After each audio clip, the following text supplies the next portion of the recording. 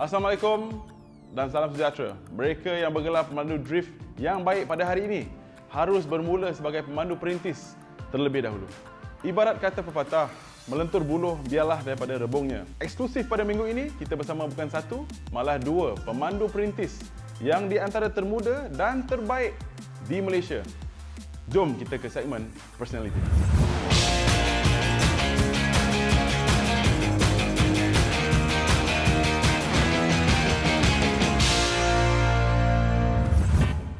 I'm Darshan Raj.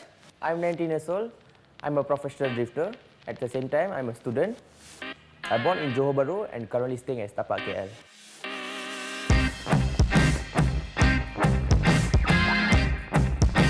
Okay, my first drift competition when I was 17 years old. That time I was still studying. I'm a student, and that time was SPM. So when I start this end of the year, it was December after my SPM. So which event that I went is NPDC, National Professional Drift Championship. So this is the event that I compete.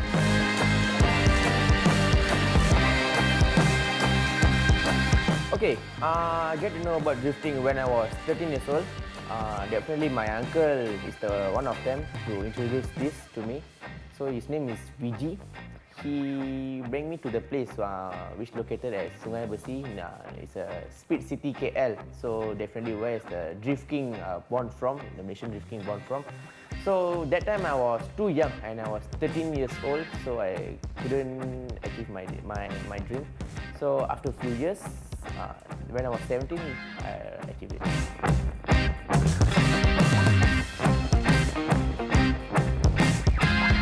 There are a few events since when I started drifting when I was 17 till now. So the event was like MXT drift, AW drift, BMS drift, and most of the time I'll be running like AW drift. So what I achieved in this, most of the time I'll be getting top 16 drivers.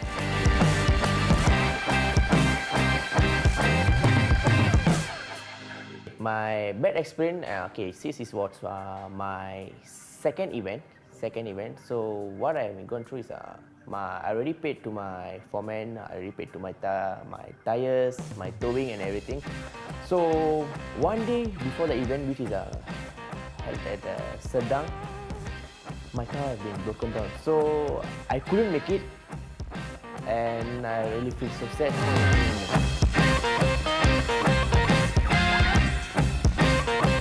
My good experience is when I had my first competition is at Melaka NPDC event.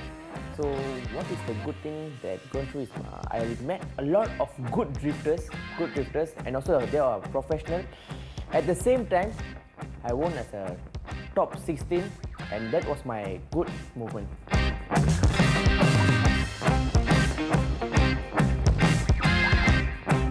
Okay, my daily routine, every day my class finish at 6 p.m. So this is how my weekdays going. And whenever it comes to weekends, so this is the time I'll be going for my drift training. And most of the time, every Saturday and Sunday I'll be going at Putrajaya.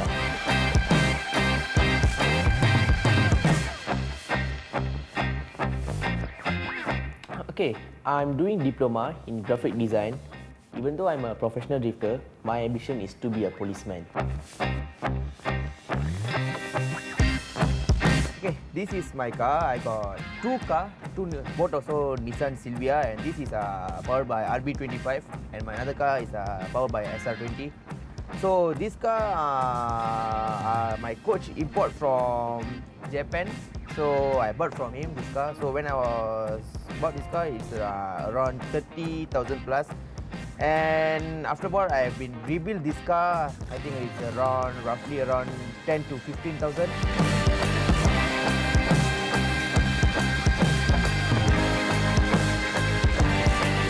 This Silvia have been tuned a bit higher. Like this roll cage made in a FI spec, FI roll cage, and my another Silvia, just like a plug and play roll cage. So it's a mild tuned car.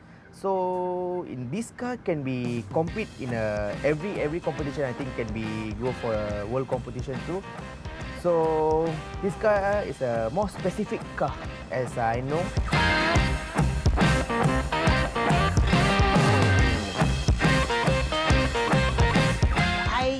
I know drifting is a dangerous sport, so I try to encourage him. Don't be scared. So he also not scared. I'm also not scared. So I encourage him to go for this trip. So he went very happily for this. So far, it's okay.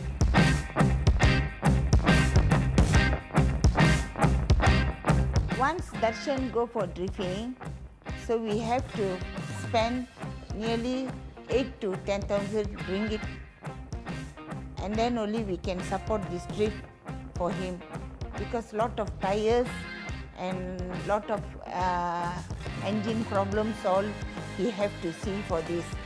So once the car goes to the mechanic, so we have to spend lot of money for this. It's not very easy. It's very difficult. We have to do everything in nice way. Then only we have to send the car to the drifting.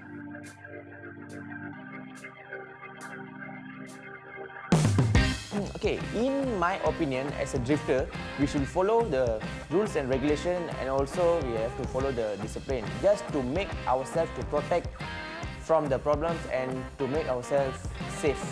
And also we have to be disciplined.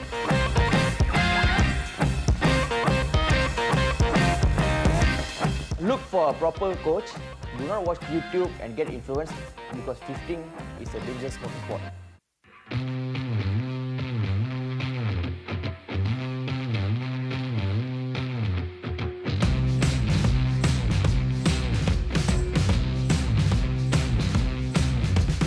Nama saya Jazri Haris, umur 20 tahun dan berasal dari Sarawak dan menetap di KL lebih kurang 2 tahun.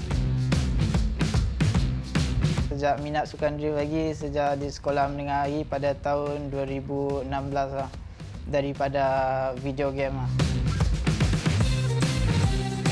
Kemenangan pertama tiada lagi sebab baru saja dalam sukan drift, tapi pencapaian suka drift sampai ke top 8. Tapi itu sudah baik untuk saya sebagai driver baru. Cara-cara saya berbagi masa, pada hari biasa saya penuhkan dengan pelajaran. Hari Minggu saya fokus dengan drift, dan kalau ada masa lapang saya menggunakan simulator untuk praktis. Kereta saya Nissan Safiro A31 2JZ. Engine di-upgrade supaya untuk lebih power, dan angle kick dibuat untuk drift lebih mudah. Okay, Jazril ni sebenarnya seorang budak yang pendiam dan pemalu. So, perwatakan dia semasa di litar dan di luar pun tak jauh bezanya. Cuma kepuasan dia terlebih kepada semasa dia memandu. Mula-mula rasa gementar juga, tapi bila lama-lama tu saya rasa bangga juga dapat anak macam Jazril Haris ni. Memandangkan Jazril Haris ni masih lagi pemain yang agak matu, tetapi dia menunjukkan prestasi yang cepat, pembelajaran yang cepat. Saya harap dia akan berjaya lah sekiranya dia diberi kereta yang lebih elok dengan latihan yang berterusan dan menyertai banyak lagi pertandingan. Saya rasa Haris boleh berjaya lah suatu hari nanti, insya-Allah. Pesanan saya kepada yang hendak mencuburi sukan drift ni harus berdisiplin dan tidak berputus asa, terus mencuba.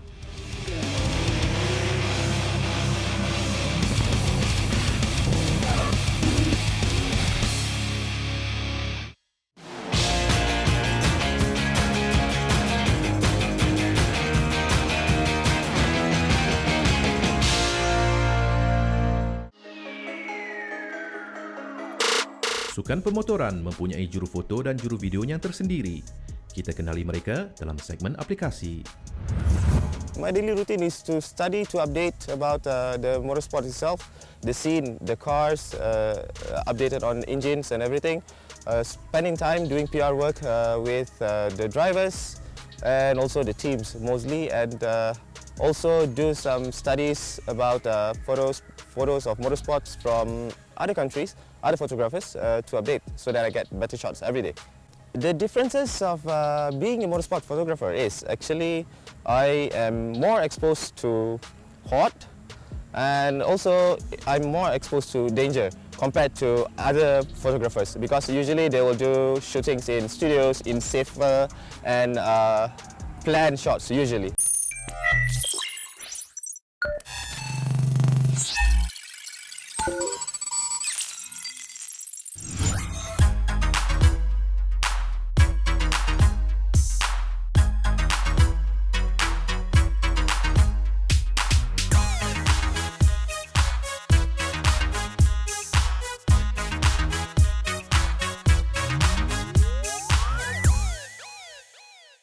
Criteria to be a motorsports photographer is just that you need to have a real strong passion towards motorsports, and you have to have strong willing and wanting to be in the scene. The starting point to be a motorsport photographer is basically the hardest part is to get an access, to have media passes and to get closer to the scene, where to register and everything. So to be closer, because people don't know you, people don't know how good you are or what's your background. So to me that's the hardest part if you want to start compared to, you know, with the experienced one. Yeah.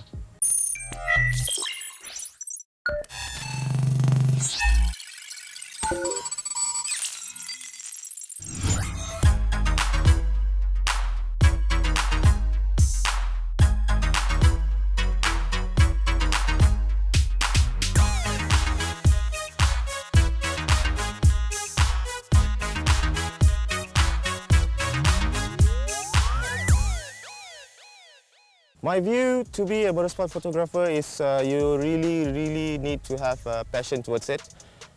Your interest, you must be in love with it, because it's not easy. It's not something that you can do for fun.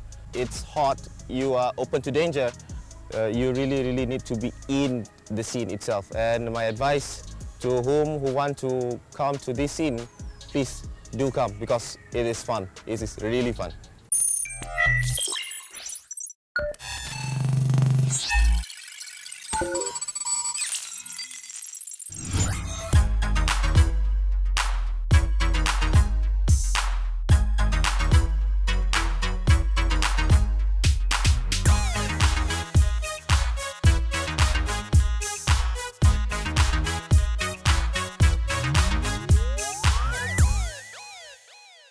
Rutin harian saya adalah mengambil video dan gambar untuk tim FRT Suzuka, dan selebihnya saya mengedit video dan mencari bahan-bahan yang lain. Perbezaan antara juru kamera biasa dan motorsport ni adalah kita harus bekerja dalam keadaan yang suasana ekstrim dan memerlukan footage dari dalam dan luar kenderaan. Saya bermula dengan mengambil video secara suka-suka untuk diri saya sendiri dan untuk saya simpan ketika saya bermain drift, dan setelah itu video saya mendapat view ataupun sambutan yang amat menggalakkan, dan ramai yang tertanya-tanya bila nak masuk event, dan saya bermula dari situ saya buat video untuk kawan-kawan dan terus menjadi satu tim.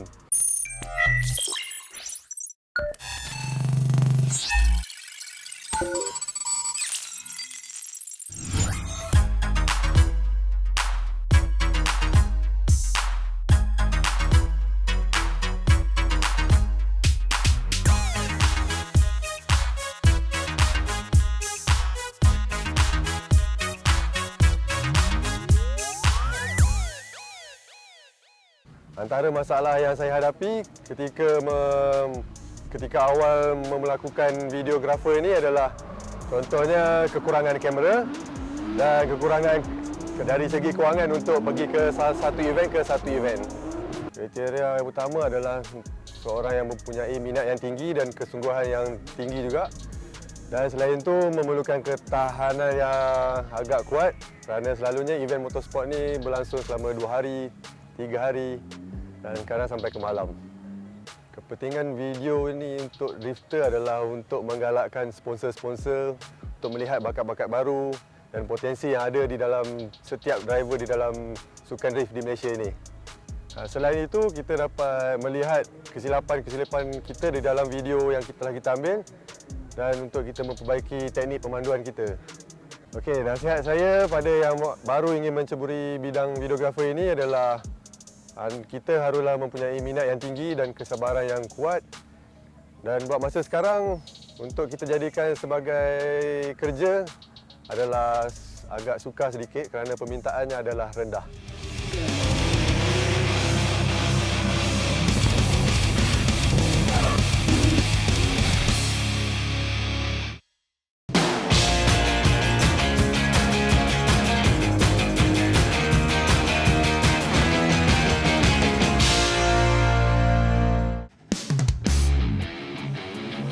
Bagi perintis seperti Darshan Raj, di atas litar inilah sejarah bakal tercipta. Namun, tiada yang pasti dalam sukan drift. Segalanya mampu berkubur dalam sekelip mata. Darshan, boleh kongsi sikit apa persiapan Darshan sempena acara ni? Sebelum event ni, dalam beberapa hari, maksudnya dalam seminggu lepas, I dah prepare macam tayar, towing, dah bayar duit semua, and then dia punya parts turbo, and then everything. So 1 week before that, I pergi training dekat Putrajaya. So what the things that I face, dia punya turbo tak kong. So on the spot, I dah tukar semua everything. And today, I had an issue again. So by turbo leaking, at the same time, my spark plug is gone, and also my piston ring.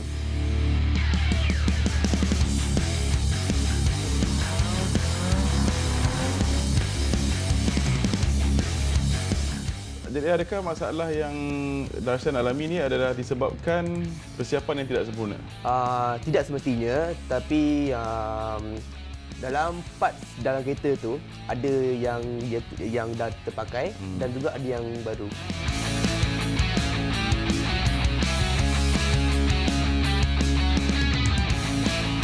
Latihan hari ini nampak lebih meyakinkan dan bagus. Tapi selepas tu macam ada masalah. Apa yang masalah Darshan? Masalah yang pertama saya menghadapi dalam masa yang akhir-akhir sekali, dalam apa yang saya dapat, I punya piston ring dah pecah dan hanya turbo dah start leak. Okay. So yang ni masalah yang saya menghadapi. Okay, masalah yang Darshan hadapi ni adakah dapat meneruskan ataupun terpaksa retire ataupun berhenti? Okey, saya tidak dapat meneruskan, tapi kerana tidak sempat nak memperbaiki kenderaan.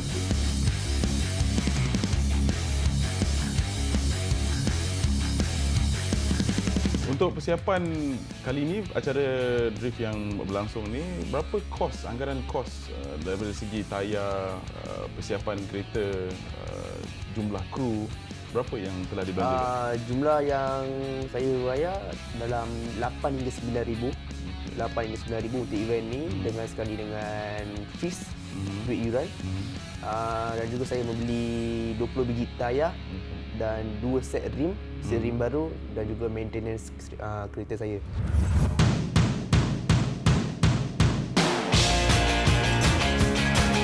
Tiada yang lama, tiada yang baru. Tanpa kesilapan, tidak mungkin ada pengalaman. Darshan terpaksa menyerah kalah sebelum acara bermula. Adakah nasib yang sama bakal menimpa seorang lagi pemandu drift muda dan berbakat besar, Jazril Haris? Apakah persiapan yang dilakukan oleh Haris untuk acara kali ini? Okay, persiapan kena pasti kereta dalam kondisi baik lah. Dengan praktis sikit lah sebelum event.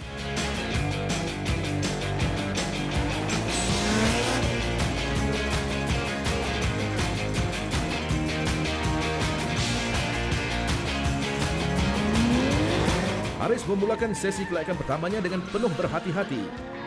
Ketika Haris seolah-olah mula mendapat rentak pemanduan yang dicari-carinya, kesilapan berlaku sehingga menyebabkan jenderanya sedikit tersasar di atas litar. Dan selepas itu, Haris terus mengambil langkah yang lebih berjaga-jaga.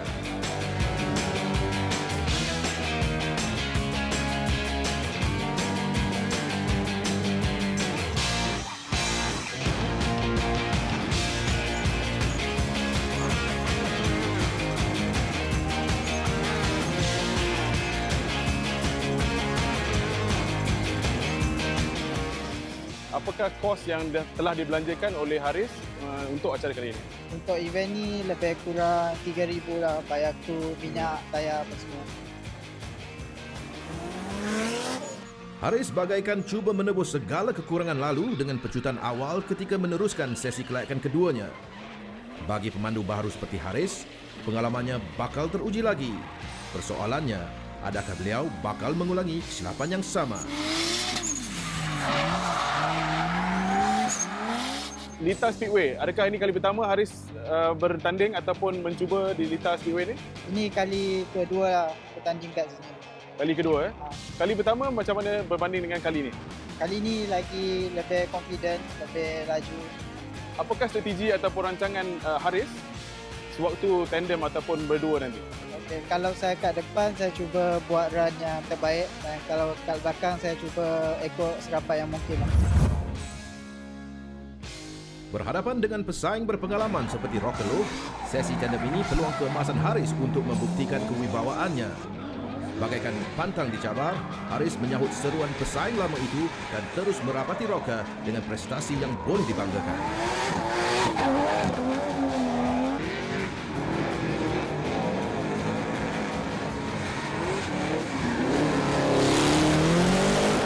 Malamnya, persaingan Haris berakhir selepas sesi itu. Kita ucapkan selamat maju jaya kepada atlet muda berbakat besar ini.